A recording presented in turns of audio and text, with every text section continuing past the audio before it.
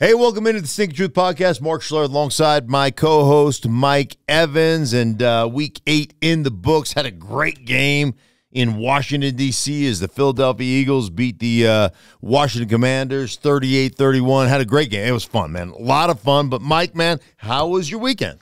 Weekend was great. Good football. Yeah, let's start right there. They've played 2 entertaining games, haven't they, in the last month? Philadelphia and Washington, and Philly winning both of them. Yeah, well, I mean, that's what the better team tends to do, right? They figure out what they have to do at the end of the day to win. I think ultimately is that secret sauce there that Philly has? Well, one thing I always say, and I said this in the open about Philadelphia, how do you want us to beat you?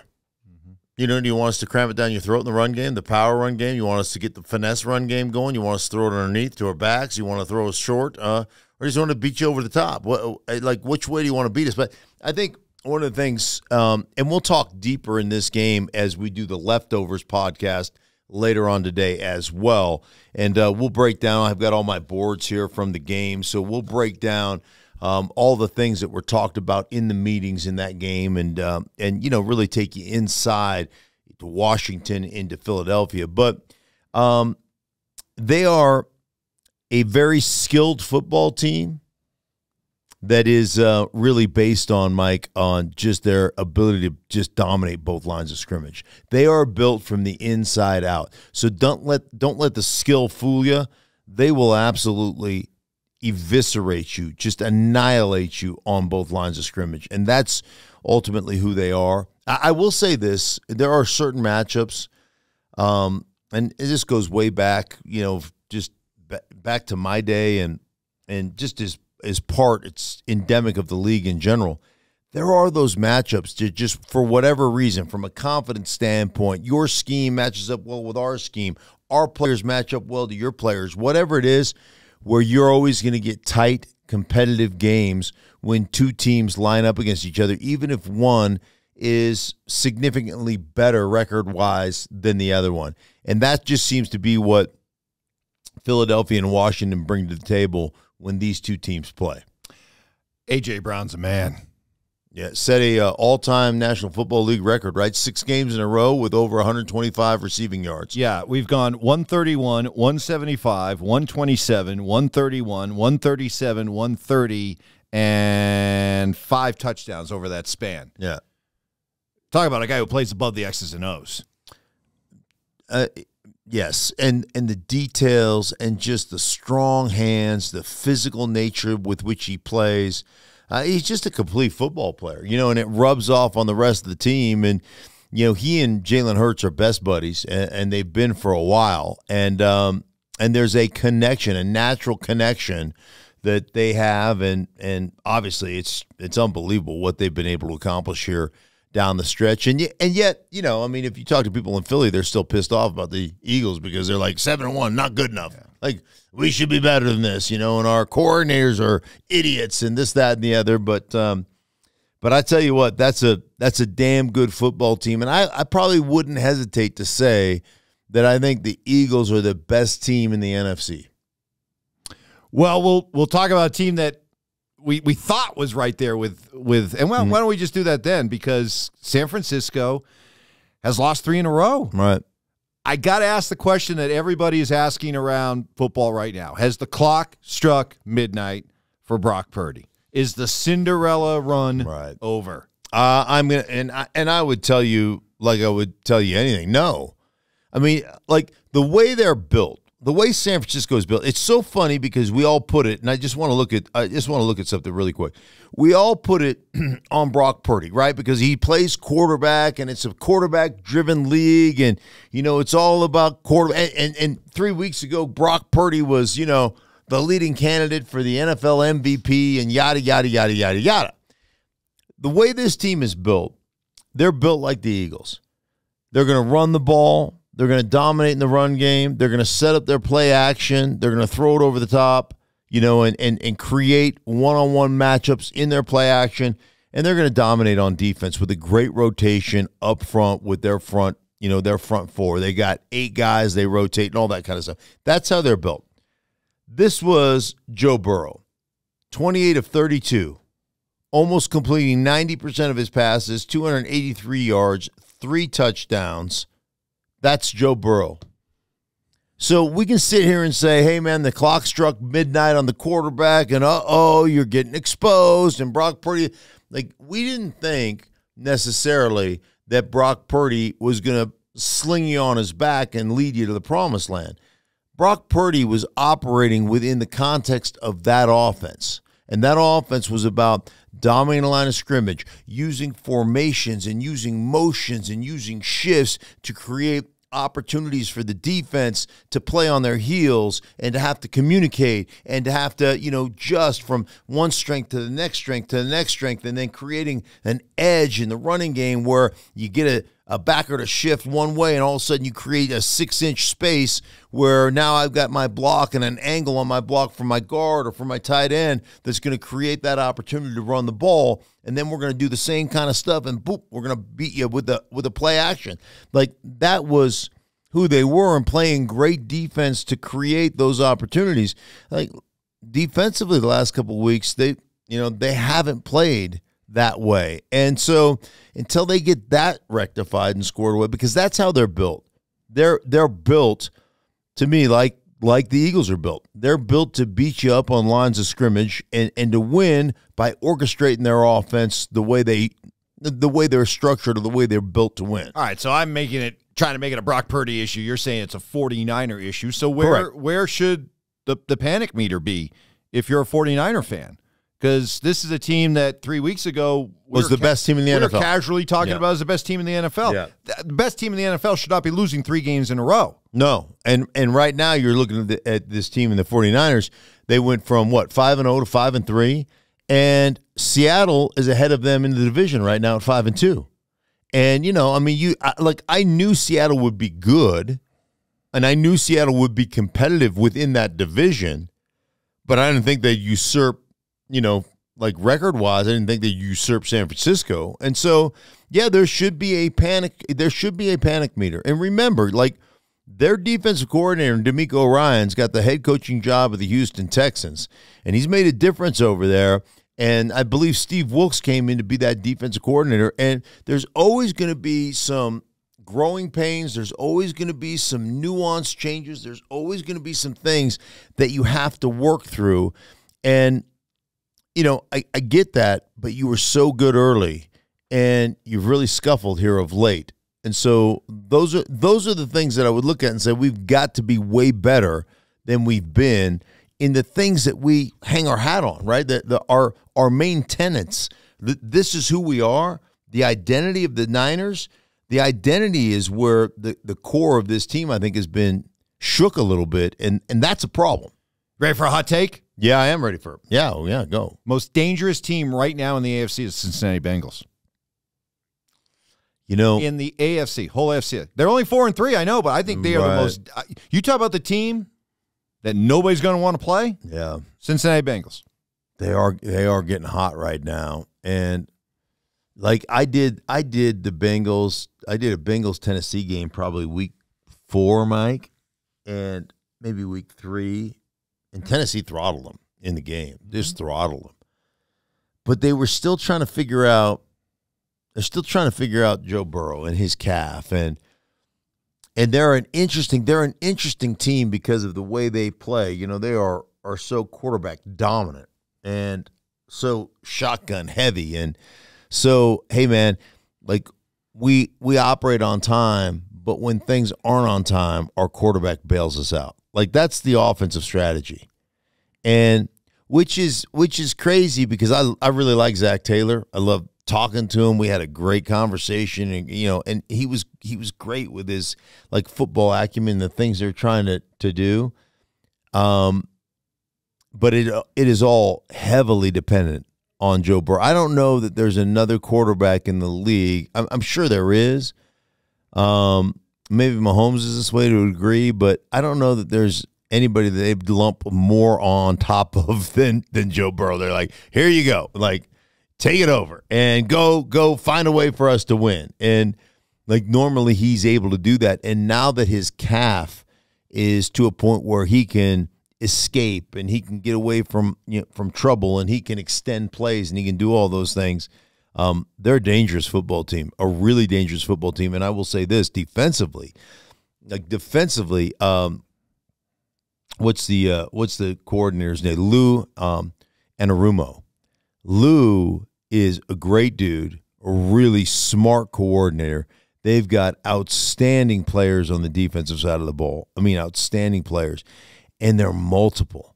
So they do a lot of different things, and they do a lot of different things well. And they can take all these different concepts. Like they can play cover 2, and they can say, okay, we're going to play cover 2, but defensive ends, you're going to be the flat defenders. And, and we're going to rotate, safeties down, and we're going to play, invert. A corner is going to play where the safety normally play. And just a lot of, just a lot of different things. They're going to bring blitz pressures, and we're going to play zone drops and this, that. So we're bringing that corner in a cover 2, but we're dropping the end out there. So we're still only rushing 4, but there's a lot of things, but he has an ability to make it simple for his players. And I always find the best coaches or the best players have an ability to make it simple for themselves, right? You can take a very complex thought or complex play or complex concept, and you can boil it down and make it really simple for yourself. And Lou has a great way about him with making it simple. And I think that defense is probably one of those defenses. Logan Wilson, a couple of those guys, is just vastly underrated. Trey Hendrickson coming off the edge, some of the other guys they have. It's just a vastly probably underrated defense that a lot of people don't know about or haven't really watched. You're talking about Joe Burrow being one of those eraser-type quarterbacks, right? When it all goes to hell, there's the eraser at quarterback. Patrick Mahomes, you referenced, is normally one of those quarterbacks. But what do you know? Hell froze over. Yeah. Charlie Brown finally got a chance to kick the football. The Denver Broncos beat the Chiefs, snapping a 16-game losing streak to Kansas City. Mahomes, 2 interceptions. Chiefs turned the ball over 5 times. Was this a case of the Broncos actually finally showing some spine, or was this just a bad day for Kansas City? Pay no attention to it. No, I think it was complimentary football at its core. I mean, I just thought about this tweet I saw, and I want to give whoever wrote this tweet credit. I think I retweeted it, but I may not have. But it was because it was just, to me, it was just funny. Here it is right here. It is BHOOKNZ. So whoever that is, at BHOOKNZ. It's like I've always said, no one, and I mean no one, beats the Denver Broncos 17 straight times in a row. So that just made me laugh, right? Like, hey, man, ain't nobody beating us 17 straight. 16, okay, but nobody's getting us 17 straight times in a row. Touche to you, whatever you are or whoever you are. But I think there's a formula there. And I thought defensively they played exceptionally well. And it's funny because just a few weeks ago we were like, fire everybody. I was ready to fire everybody. Yes, everybody. Like strip it down to the studs. Right, fire everybody. They gave up 70 to the Miami Dolphins. And yet here you are holding the Kansas City Chiefs to 9 without a touchdown. I mean, absolutely unbelievable. Flying around on defense, and they've made some defensive changes. They've changed the cornerback. They've changed the nickelback. They've changed some defensive rush guys, some edge present guys. They got Browning back from injury. He's a starter now. So they've changed some guys, the way they're playing their scheme a little bit, and they're flying around, they're making plays, and then against Kansas City, they basically took the ball out of their quarterback's hand, which, you're paying a guy, how much money are you paying him? $230 million bucks? And you're saying, hey, we're only going to let you throw it 19 times? They ran it 40 times. And their starting running back in Williams had 27 carries, but he only averaged 3.1 yards per carry. But I've always said this, and I'm big on this. attempts are important. Attempts are more important than yards per carry to me. What it does for you in the play action game, what it does for you to wear a defense out, what it does from you from setting a tone of physicality and doing all that stuff, and what that does for your defense, the complementary nature of football. You pound people like that, you possess, you get first downs. One thing on the other sideline, as an offensive coordinator, head coach Andy Reid, you start counting possessions in the second quarter. You're like, oh, shoot. Like, first quarter, we had one possession. And now you're going, well, like, this game may get squeezed from a normal 11, 12 possession game down to a 7 possession game. So now how are we going to score? So you change from a play calling standpoint, it starts messing with your mind, right? Like, now I gotta score every time. So now you get out of balance while they're just pummeling you. You're out of balance, and you're out of your normal play calling sequences. And so that's one of those things that will happen to you in a situation like this. So the Broncos basically say, hey, man, we're going to take our defense off the field. We're going to give you guys an opportunity to make your adjustments, to get your rest so that you can play at a high level, and we're just going to grind it out over here, only letting our quarterback throw it 19 times, Mike. And they had about almost a 10-minute time of possession. Like, that matters. That stuff matters. And there's a formula coming out of Dove Valley, coming out of the Broncos facility. Now, what about Kansas City? A lot of built-in reasons or excuses that you could use for the way they played. They had just beaten the Broncos 2 weeks ago. Right. Maybe the motivation isn't the same, a team that you dominated 16 straight times. Mahomes has the flu. You know you're going over to Germany next week to play Tyreek Hill and the Dolphins. Heck, even right down to Taylor Swift wasn't at the game, and Travis Kelce's numbers drop in half when she's not at the games. I know, but the numbers don't lie.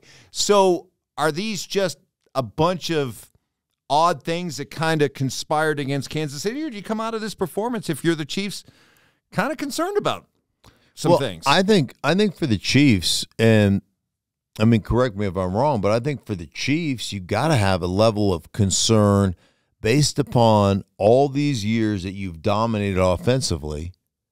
You don't have those same offensive dominant players. Now, Rice, to me, looks like a guy that has something about him. That guy looks like he could become, and he's in that growth process, like he could become a dominant player. But you look at the rest of the receiving core, I mean, Travis Kelce and But wasn't that last year too? Yeah, well, yeah, Juju Smith-Schuster. Juju Smith-Schuster, like, it just feels, but does it not feel it feels different? Yeah. It feels different. And ultimately, you look at them right now, I mean, defense has really been leading the charge for the Kansas City Chiefs. And then if Travis Kelce doesn't have one of them 9 receptions, 120-yard type of game with 2 touchdowns, like, we call that a Taylor game. A Taylor game? A Swiftie if he didn't have a Swiftie game, I mean, numbers don't lie. No, Taylor Swift is ruining the Kansas City Chiefs. Or she's the key to the Kansas City Chiefs. Either or. Either or, right? But, I mean, she can't show up to every game. Is she going to be in Germany? There's a loss. She didn't go to Germany. There's a loss. Oh, we're already blaming Don't start blaming losses on Taylor Swift. You do not want the Swifties coming after you.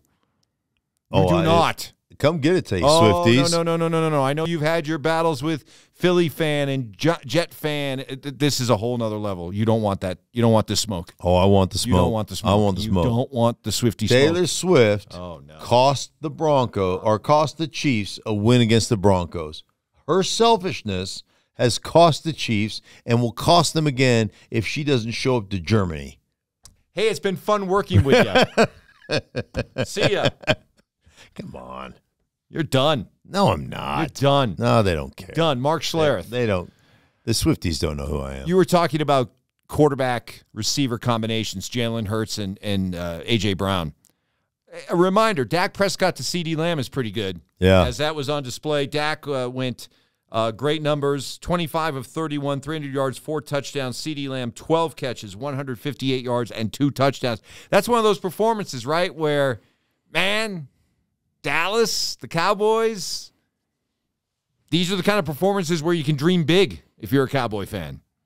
Yeah. What they're capable of. Yeah. Well, I mean, they're an interesting team to me because just when you think they're not going to show up and play well, I mean, they put it on the Rams. Now there's part of me that looks at the Rams and says, okay, wait, now what's happened to the Rams? And there's two things that happen to coaches in this league, in my mind. They lose like their ability to dominate the line of scrimmage, like they spend all their money outside the numbers, with receivers and everything else, and they lose their ability to dominate the line of scrimmage, and then they realize they can't actually block guys and they can't actually protect their quarterback, and the next thing you know, they become very average, or they lose their quarterback. Like you look at, the Oda McVay, all the guys that were coaching out of the Oda McVay. How good was Zach Taylor when Joe Burrow was hurt?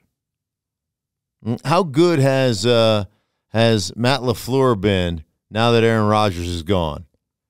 How good has Sean McVay been since, you lost Whitworth and you lost a couple of the other offensive linemen and you really haven't been able to dominate in the running game like you used to? Like, you always say it and it's 100% true. How good is the greatest coach in NFL history been without Tom Brady?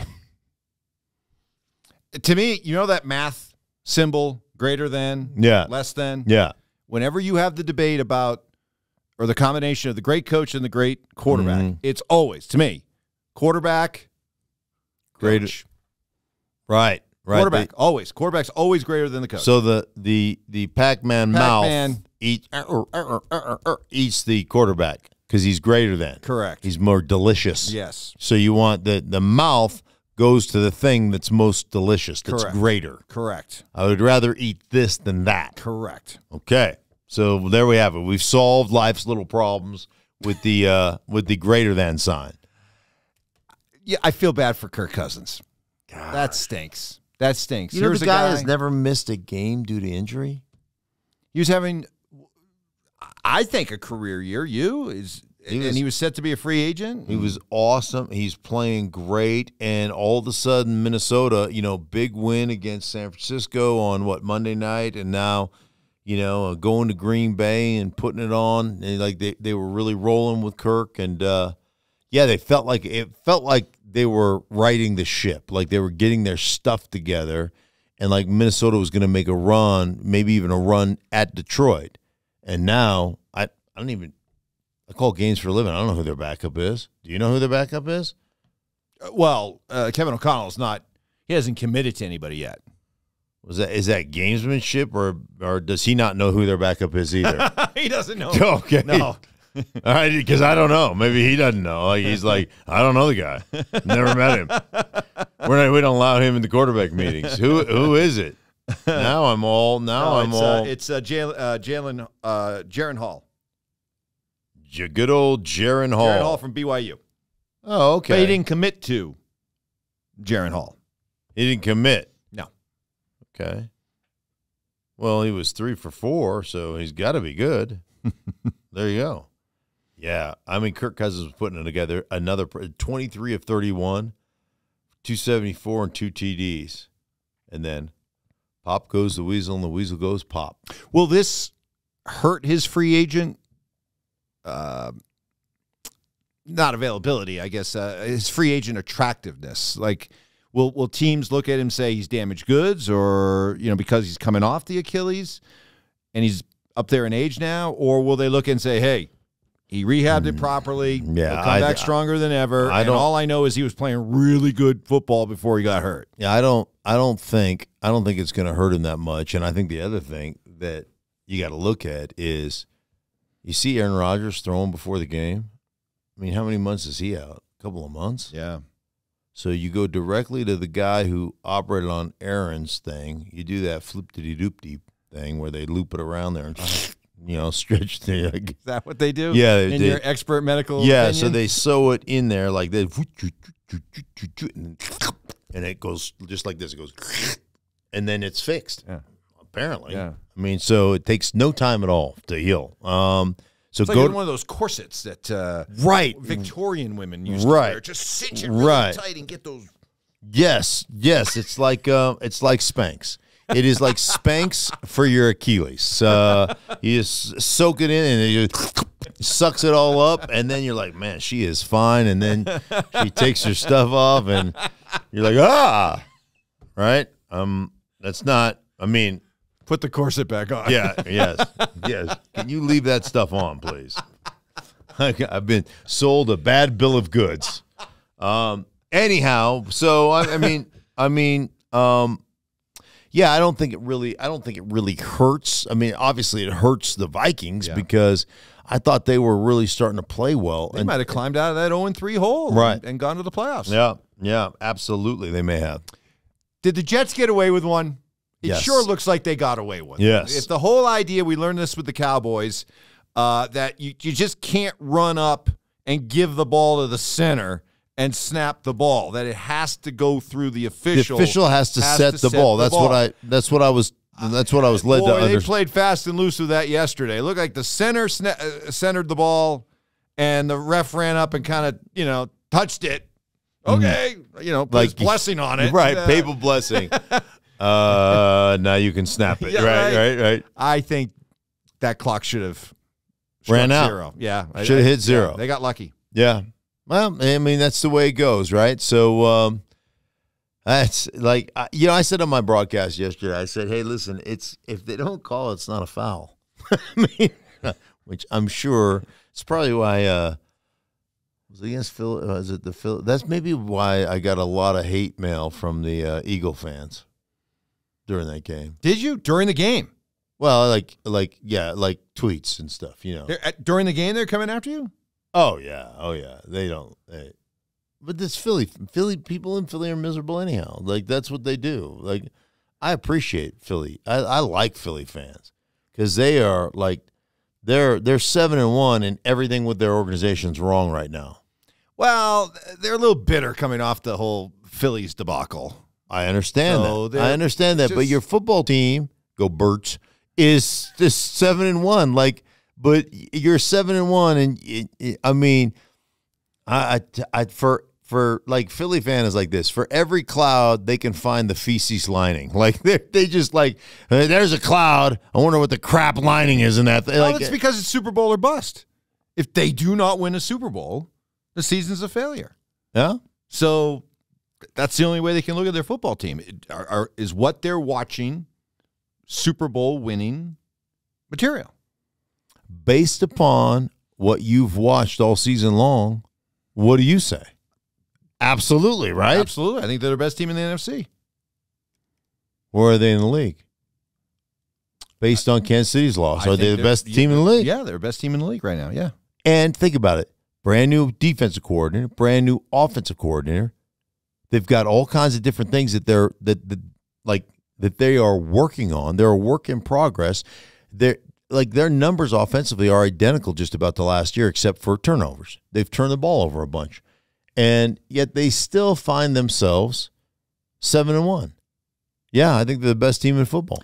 Trade deadline coming up. Yes, boy, we spend countless hours, all kinds of time and energy and articles and debates about the trade deadline, and then it usually ends up being kind of anticlimactic. Do you expect this to be? There's always a few. There's always a few trades here and there, but I think, from a football perspective, it's really hard to make a trade, right? And then look at that trade. How impactful is that trade? I think the other thing from a team standpoint is like, all right, if we trade a guy now, what's the value? What's the market value of trading a guy now during the season versus the market value of trading a guy in the offseason? And I think this is where teams really struggle with trading in season. Because when you trade in season, everybody seems to covet their draft picks a lot more in season. There's this free and loose feel in the offseason, like it's a Wild West, but right now everything is super tight. So you look at a guy like Kevin Byard, who just got traded to Philadelphia. Like, they traded a player, Philly traded a player they didn't want in Edmonds. Here you go. You can have him because he hasn't been great.